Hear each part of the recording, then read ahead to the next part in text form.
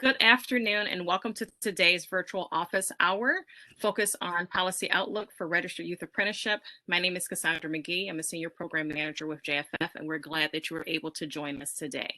This project is sponsored in part through what we call our Youth Apprenticeship Works, which is a project that we are subcontracted with the U.S. Department of Labor, the Youth Apprenticeship Intermediaries Project.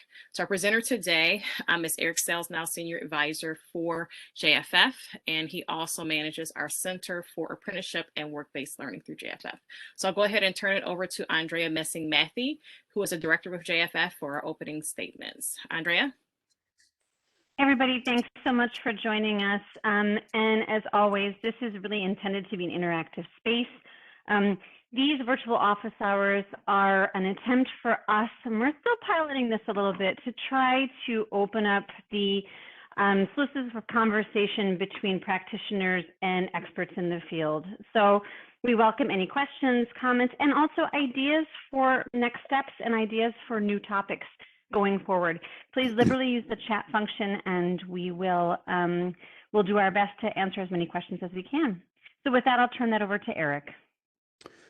Great. Thank you very much, Andrea. Hope everybody had a great weekend. Happy Father's Day, etc.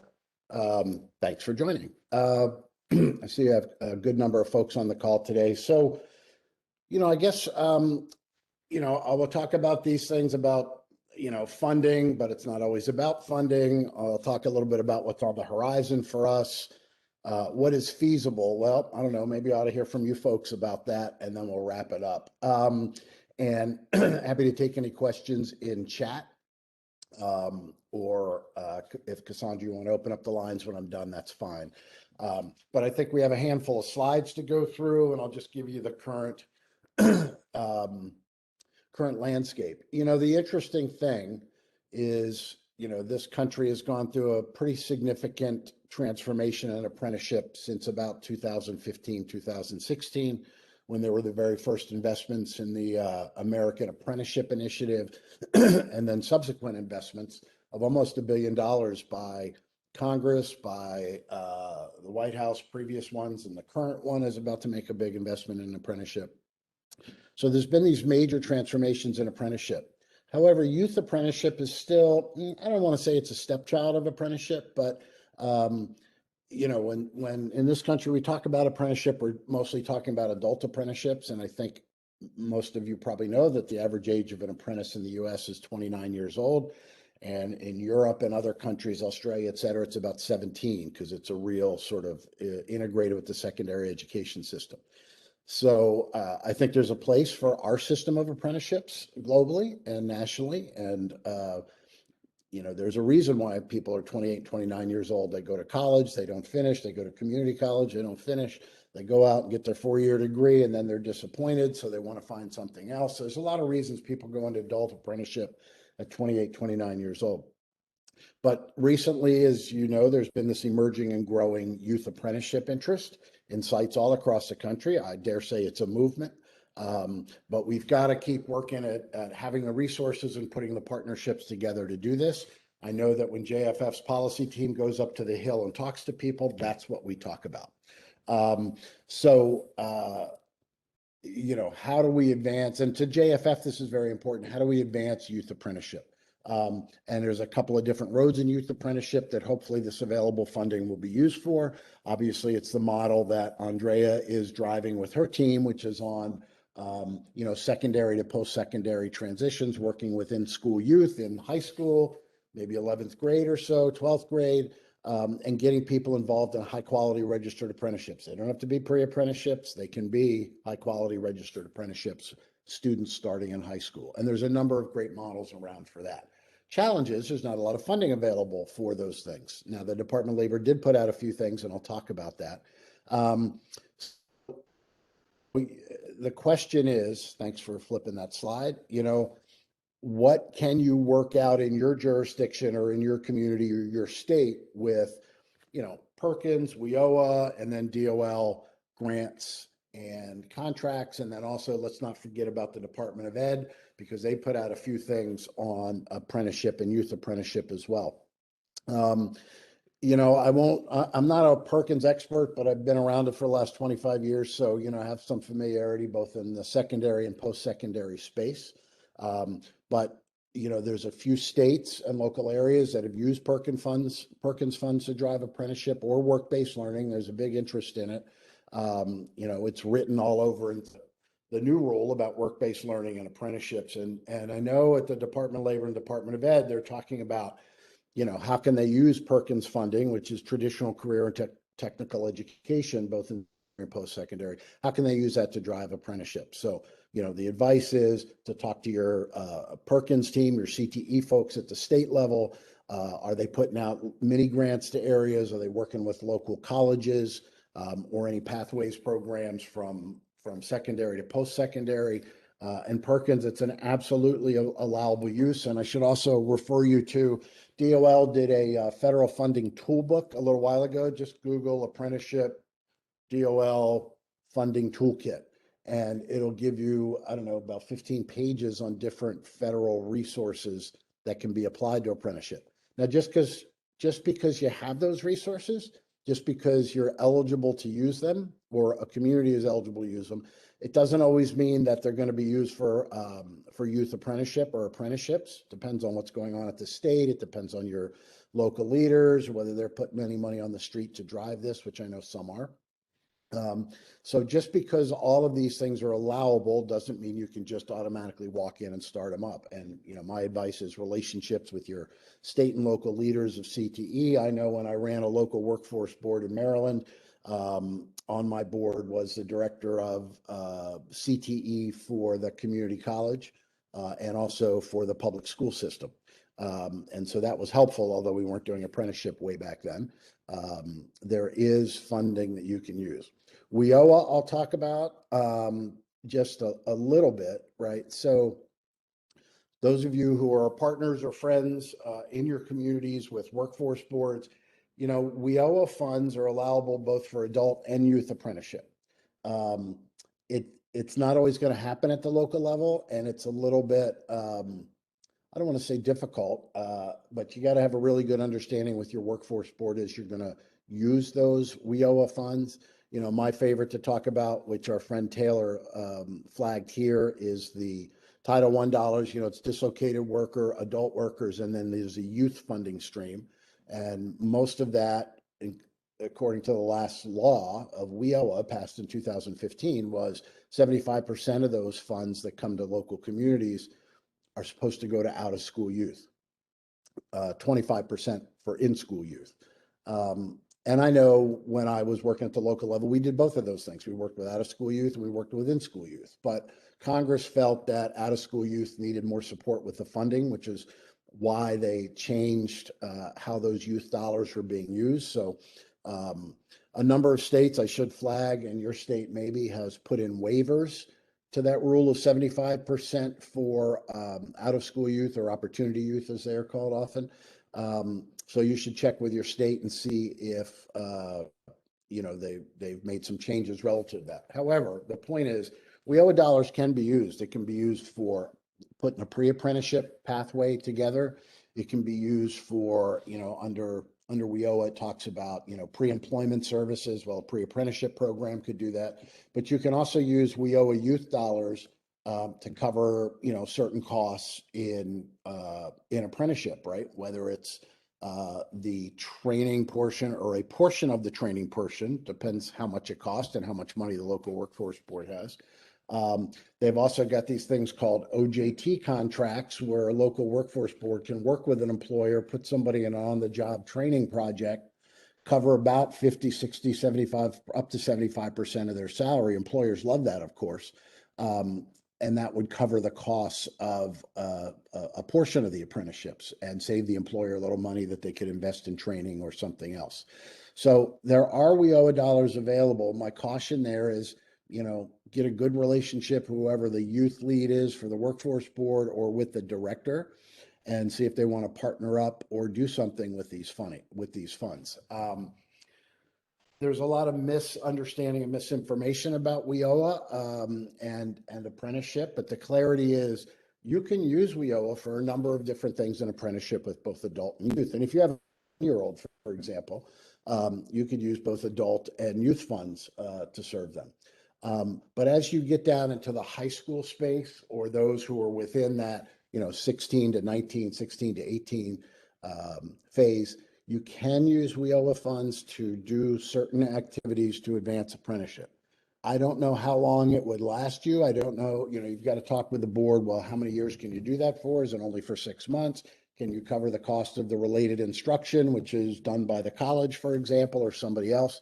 So those funds are allowable. The question is whether you can work out an agreement with your local workforce board to do that. All the law says about it is that you could support apprenticeship with WIOA funds, and it's not a must do or should do, but it's a could do in the law. I mean, you have options, and local workforce boards have options whether they want to do that or not. To me, it's a good investment because you get good outcomes and good performance measures when you put people on a pathway to apprenticeship. So I think there's some self-interest there for the workforce boards to do that. So you could check with your state or your local workforce boards about, making some partnerships around youth apprenticeship. Lots of times folks have to patch funding together. So, maybe there's a little WIOA money, maybe there's a little Perkins money, they call it braiding or blending of funds. They just can't always fund the same exact activity. They've got to fund different pieces of it. So there are opportunities there. It just takes a little bit of work to put those partnerships together to do that. And why I'm talking about partnerships, I think, as you all know, and I've talked to previous sessions, what makes things happen with youth apprenticeship are these critical partnerships that you have to put together on the local or regional level. And that typically includes, an intermediary who's sort of the glue to hold it all together, like I know some of you on this call are, or, getting those partnerships between the board, the college, the employer, community-based organizations, the workforce board, any combination of partners is always to put together, but they yield great results. And I think there's a couple of examples. You all have probably heard about CareerWise in Colorado and multiple other cities, and Charleston has Trident Technical College in the community of South Carolina, that intermediary. We have chambers involved and community-based organizations. So there's a lot of different models for that, but you really need to have some sort of leader or intermediary that can pull those partnerships together. And then you could use Perkins or WIOA money to advance that. Now, moving on to DOL appropriations. Oh boy. So a lot is changing, right? We're in the midst of a lot of change. So DOL, since 2015, end of 2015, the Obama administration did the first major investment in apprentice in like 100 years, right? They funded the Department of Labor's Office of Apprenticeship just to monitor the national system and put programs together locally. But it was a really small amount. It was only about 27, 28 million, which is a rounding error in federal terms. So they never got additional funding on top of that to do much else. Well, now there's been almost $1 billion invested. Congress has has authorized in a very bipartisan way it's increased every year, starting at 90 million, now up to 185 million each year for apprenticeship activities. And then the Biden administration just upped that to 285 million for this next year. So there's a lot of new money coming out from DOL. There'll be some announcements this week on a couple of new apprenticeship awards that they're giving out. They have the national intermediaries, and then they've had these YARG grants, Youth Apprenticeship Registered, I don't know, maybe Andrea can help me with the YARG, but the Youth Apprenticeship Readiness Grant, there you go, for 175 million. Well, that had 42 million for these YARG grants, which are jurisdictions who are, precisely putting together these sort of partnerships. So I don't know if DOL has any writing on those, but it'd be interesting to see some of the awardees, and you can go to the press release and pull up some summaries of those programs. So, the last couple of years, they used H-1B money to drive apprenticeship through that 100 million closing the skills grant, the one workforce grant. And there was also one way back in 2018, which was not closing the skills, sector strategies for apprenticeship. Most of those go to adult programs, not often for youth. We've advocated, and we think that DOL should invest more in youth, but a lot of that is not up to DOL, it's up to Congress and the appropriators. So, DOL has some flexibility in those funds, and I know that DOL wants to do more with youth, so hopefully they'll put some more funds in it this next year. But It's good to find, talk to your state. Many of the states are putting out grants either in Perkins or they have some reserve funds. They put out WIOA funds, or they're all getting funded with state apprenticeship expansion grants, SAE2, and they're going to announce the next round of those this week. So, my first advice is go partner up or check with your state folks, see what, because a lot of them will run grant programs and a lot of them will focus on youth, and almost all of them have a nod or a requirement for equity and diversity, as they should. So there are options out there. There's not money falling off of trees to do this work, but there might be some. I think your first stop is your folks who run WIOA at the state, either at the State Workforce Board or the State Department of Labor, and also Perkins, which is usually housed in the state education system. So they might be giving out some mini grants or things like that to help you get started. So I could talk about this all day, but I won't. Next slide, please, Cassandra. And how many slides do we have today, Cassandra? So I don't talk too much on these. I think we have about 2 more. Okay, great. So COVID-19 has been a challenge to youth apprenticeships for a lot of different reasons. Mostly young people weren't in school to create some of these partnerships. Many youth apprenticeship programs were frozen in their tracks or ended, or the employer said come back in a year when we're a little bit more stable. So we look for that to pick up now that COVID is ending. There will be some funds. I mean, the big 3 things that Capitol Hill is looking at, they're looking at WIOA reauthorization, and there's a lot of interest in strengthening apprenticeship within WIOA. They're looking at the National Apprenticeship Act of 2021, and then they're looking at the American Jobs Plan, which is the huge investment from the president. All of those things will have implications for the workforce and apprenticeship systems. So we're just going to have to wait to get that, see what comes out. But I will tell you, there will be grants and opportunities for that. And I would hope DOL puts a label on some youth advancement. The CARES Act that came out, I guess, last year, there was a lot of funds that were put into that. DOL distributed almost all of their money. And when states use it, they'll get some more.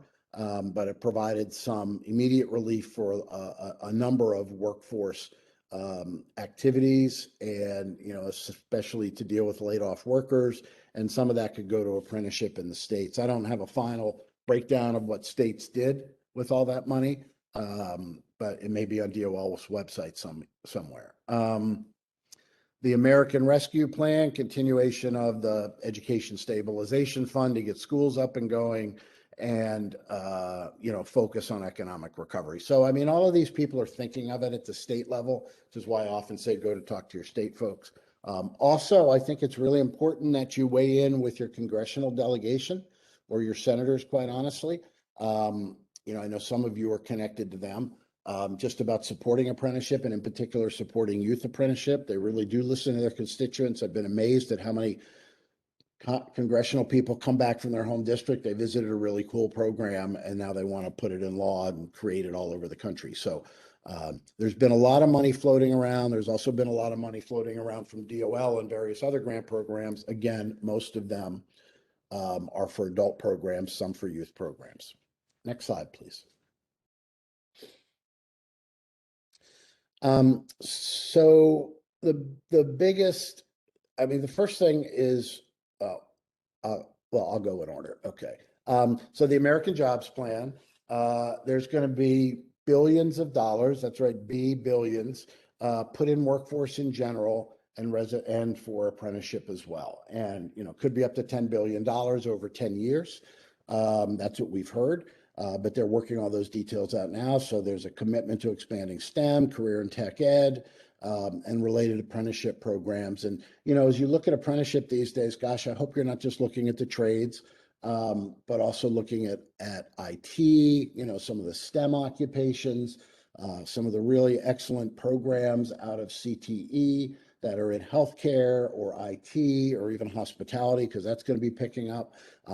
But let's not just stick to the trades, right? That's pretty, a lot of, that's traditionally where we've been, but there's great opportunities in other industries and occupations. And I think there's great interest in many companies of getting young people involved because they're worried about a pipeline for the future, right?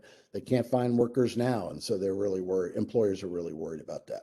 So the American Jobs Plan, there's be a ton more information on the net about this, but there will be a lot of money coming through for a variety of activities, I think also including youth apprenticeship. Just by way of noting, there is no Youth Apprenticeship Act or law or rules in the US. We have the Office of Apprenticeship and the requirements for registered apprenticeship. So while they do some youth work, there's not like a separate piece of legislation that governs youth apprenticeship. So that's where I think we need to get to. So that takes us then to the reauthorization of the National Apprenticeship Act, sometimes called the Fitzgerald Act, was passed in 1937. And that it still generally governs apprenticeship today. It's been changed a little bit over the years, but not much. And so Congress has already passed the House, the National Apprenticeship Act. And again, this is the law that authorizes communities to do apprenticeship, to state apprenticeship agencies or the Office of Apprenticeship. It's got the standard, it's got the rules, it's got a bunch of code of federal regulations with them. But they really want to expand a number of things, not just apprenticeship, but also youth apprenticeship and pre-apprenticeship. And that's written in the law. That was never written in the other law because it wasn't really conceived back then. But there's a lot of interest in doing some of these pathways into apprenticeship.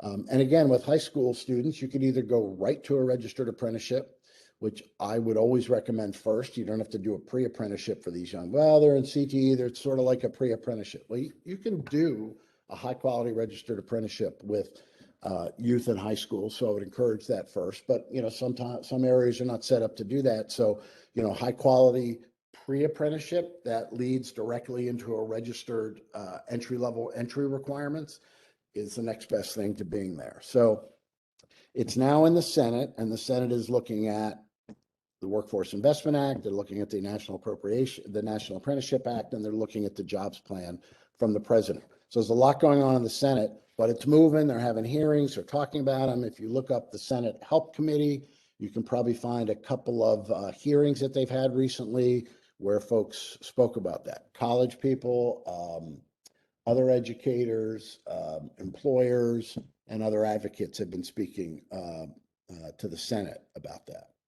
And then, I don't have great anticipation for the WIOA reauthorization. WIOA was passed in 2015. It's going to expire in July.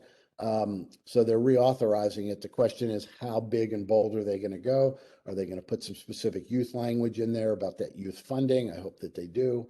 Are they going to take a look at the eligible training providers list? Are they going to, there's a lot of things they could fix in WIOA, so we just don't know what they're going to do, other than I hope they put some language in there about being a little bit more flexible with funds for youth apprenticeship. Because, I used to run a local workforce board, and if my college dean of continuing ed and workforce came in, we had a really good relationship, and if we could pull something off, we had the right funding mix or could get funding, we worked very closely together. And I would encourage you all to try to do that with local workforce boards if you can get them to the right place with thinking about apprenticeship and getting some outcomes. So on the horizon really is, there's a proposal for the Trade Act. I won't talk too much of that there, but that's special funding for folks who were laid off through no fault of their own because their job went overseas somewhere, right? So it's a very generous program. That's going to be authorized. Then the Workforce Investment Innovation Act, Opportunity Act, and then keep your eye on the National Apprenticeship Act. I think that's going to have the highest influence. It's also got like $400 million to start and advancing to $3 billion or so over 5 or 10 years. And then you've got Biden's American Jobs Plan, which is also going to have billions of dollars. So I think we're going to have no trouble with the funding over the coming years. Well, it's always trouble with funding, right? Because you got to meet a whole lot of requirements. The American Jobs Plan, it's going to happen, right? They just got to figure out where the money's going to go and how they're going to put it out. The reauthorization of the National Apprenticeship Act, I don't think it's unlikely. The question is, what sort of money is going to come with that? Right? They're stalling on a number of other things. Apparently, this must be Taylor's remark. She knows more about this than I do. That would disappoint me if both of those things didn't come through. And then WIOA authorization will happen. We'll see how quickly it happens. They're getting bogged down in a lot of things, but there's possibilities out there on the horizon, and I think we ought to just follow this stuff and see what sort of fundings your states are going to be getting. Very briefly, who's that? Oh, Matt Feldman. Hey, Matt. Asked a question about MEP centers, manufacturing extension partnerships.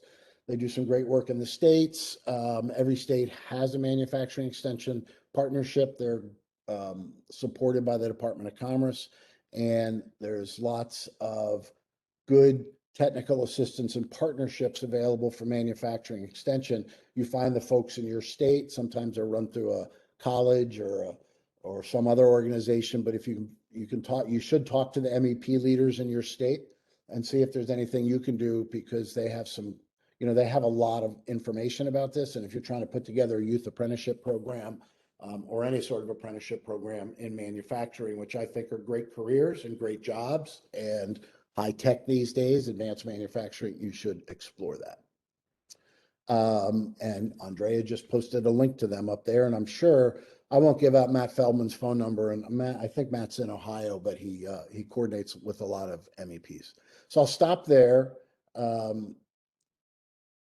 Apprenticeship finally, after 100 years, has got the attention of a lot of people, including policymakers. So there's opportunities out there. Any questions or comments? Sorry to go on for so long, but there's a lot going on.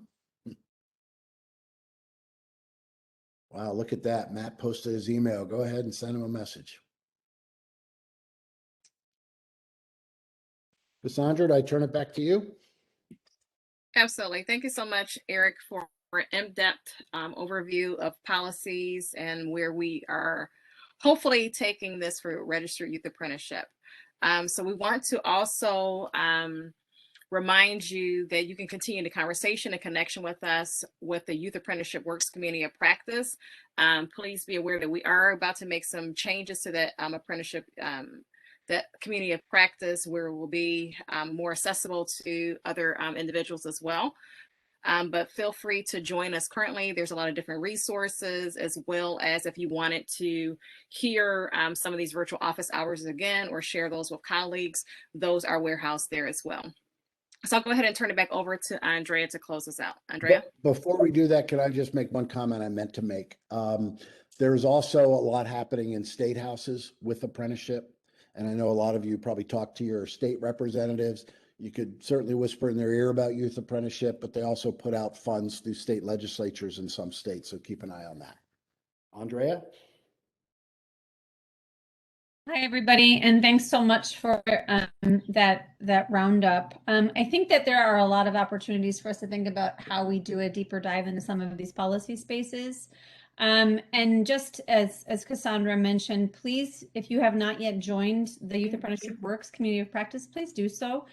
Jump on in. It's a great place to learn about more information on this. And for that, thank you, Eric, for taking the time to meet with us today. And I wish you all well. Thank you. Cheers.